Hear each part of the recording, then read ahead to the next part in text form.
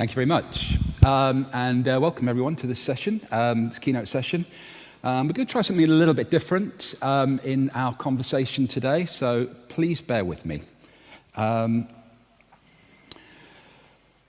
to talk about the social threat to networks and the cybersecurity imagination, and this is a term we use a lot in social science. We talk about the criminological imagination, the sociological imagination. It's the way that you frame the world and see the world and the constructs and the concepts that you use to interpret the world. Obviously very important because how we see the world, how we interpret the world affects the way that we act. And the cybersecurity imagination is an underexplored area of human thought, I think, but certainly when you talk to cybersecurity practitioners, as I do a lot, most will say when we talk about a social threat to a network, what do we mean? We mean something like the human factor in cybersecurity.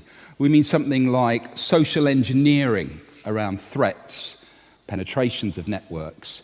Or we mean something like the socio-technical, some kind of unclear blend between the social world and the technical. So we hear these terms, we hear these phrases, and so on and so forth. And certainly, again, when you talk to cybersecurity professionals and practitioners, there is a wide acceptance that this is an issue. It's not, I'm sort of preaching to the converted here from the outset.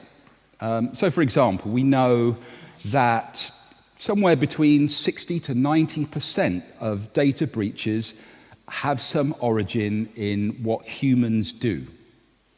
Nothing technical.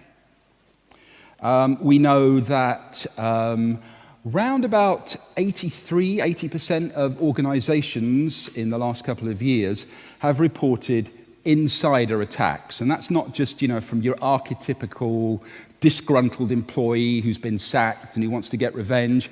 It's also increasingly what we observe, in the cybercrime world through the research that we do, of hostile agents, hostile agencies actually planting people in organizations to penetrate the network from the inside.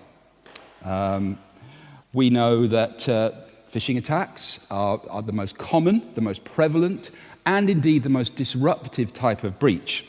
Around about 85% of businesses, similar number for charities, experience or have experienced phishing attacks on a regular basis.